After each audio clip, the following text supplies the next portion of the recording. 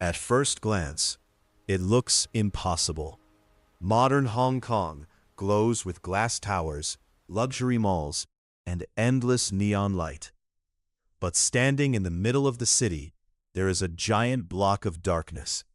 A place so dense, so chaotic, that sunlight barely reaches the ground. You are looking at Kowloon Walled City. By the 1980s, more than 30,000 people live inside just 2.6 hectares of land. That makes Kowloon one of the most densely populated places in human history. The buildings rise so close together that neighbors can shake hands through windows. Water leaks from ceilings. Electrical wires hang like spider webs over narrow corridors, barely wide enough for two people to pass. And yet, people call this place home. Children run through hidden hallways that smell like fried noodles, damp concrete, cigarette smoke, and machine oil. Tiny factories operate deep inside apartments. Dentists work without licenses. Underground kitchens serve thousands of meals every day. Somewhere in the darkness, illegal gambling rooms stay open until morning. No city planners designed this place. No government truly controls it, and somehow it keeps growing. But to understand Kowloon, you must go back to a time before skyscrapers covered Hong Kong. Back to when this place was supposed to be a military fortress. The story begins in 1847. China's Qing dynasty builds a small fortified military outpost near the coast to defend against pirates and foreign traders. Thick stone walls surround the compound. Chinese officials and soldiers live inside, watching the rapidly changing world around them. Then Britain arrives. After the First Opium War, Britain takes control of Hong Kong Island in 1842. Decades later, more territory falls under British rule.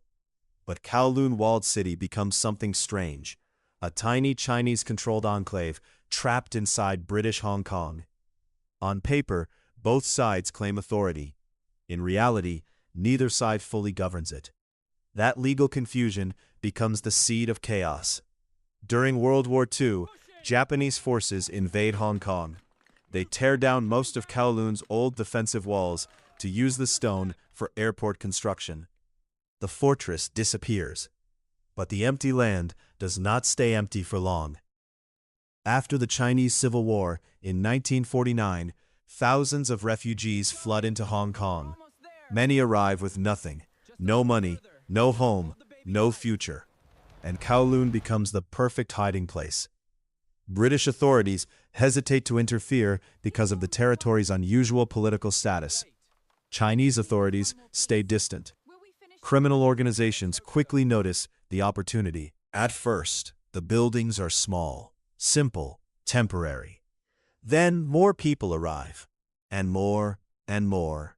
The structures rise upward floor by floor, apartment by apartment, until the sky itself begins to disappear. By the 1970s, Kowloon Walled City no longer resembles a normal neighborhood. It looks alive. More than 300 interconnected buildings fuse together into one enormous megastructure. Most rise between 10 and 14 stories tall because nearby Kai Tak Airport forces planes to fly dangerously low overhead. Every few minutes, massive aircraft roar directly above the rooftops, so close that residents can see passengers through the windows. Inside, the city becomes a maze impossible to understand from maps alone. Thousands of corridors twist through darkness like veins inside a body. Some pathways never see daylight. Pipes leak constantly. Water drips from ceilings onto tangled electrical cables. Ventilation barely exists. In summer, the heat becomes unbearable. And yet businesses thrive everywhere. Small factories produce fish balls, noodles, candy, plastic products, metal parts, even entire industrial components. Many families live and work inside the same tiny rooms. A single apartment may contain sleeping children, machinery, boiling water, and stacks of raw materials all at once.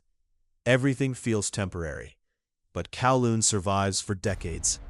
The triads, Hong Kong's organized crime groups established gambling dens, drug operations, and brothels inside the city during the 1950s and 60s. Police raids become dangerous and unpredictable. Officers entering Kowloon risk disappearing into corridors criminals know far better than they do. But outsiders often misunderstand one important truth. Most residents are not gang members. They are workers, families, refugees, ordinary people trying to survive in one of the few places they can afford. Many residents remember Kowloon not only as dangerous, but strangely close-knit.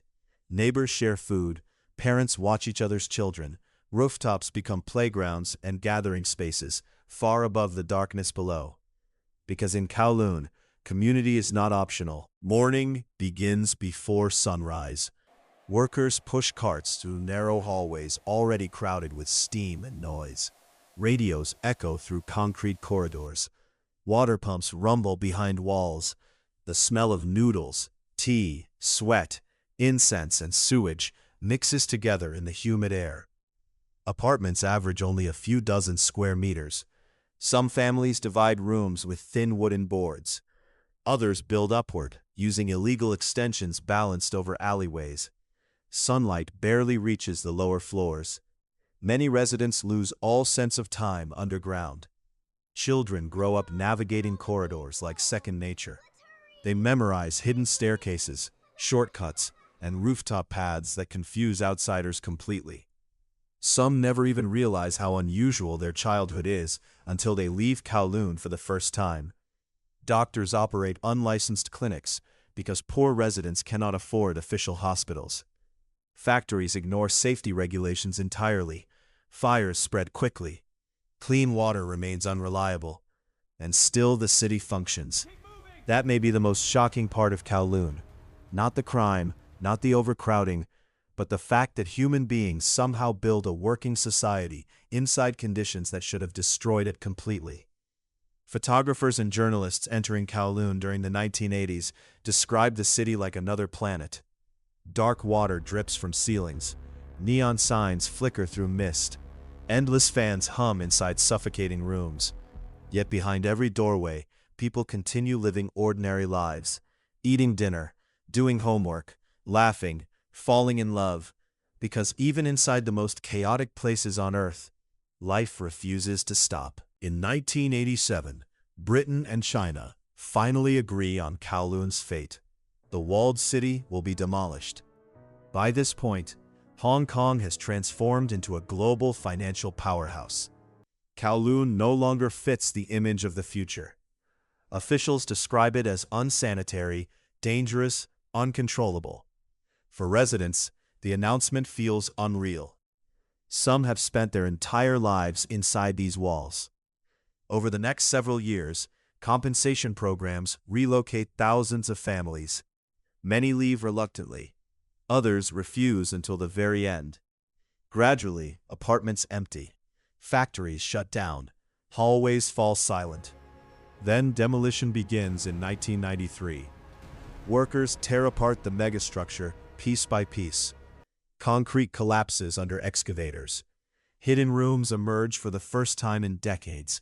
Sunlight reaches places that had lived in darkness for generations. By 1994, Kowloon Walled City is gone. Today, a peaceful public park stands where the city once existed. Children play where illegal factories once rattled day and night. Trees grow over land that once held one of the strangest human settlements ever created. But Kowloon still fascinates the world because it forces us to confront something uncomfortable. Even without order, humans adapt. Even without space, humans build communities. And even in darkness, people still create a life worth living. Maybe that is why Kowloon refuses to disappear completely. Not because it was lawless, not because it was dangerous, but because inside that collapsing maze of concrete and wires, tens of thousands of people prove something extraordinary. Human beings can survive almost anything, and sometimes they can even call it home.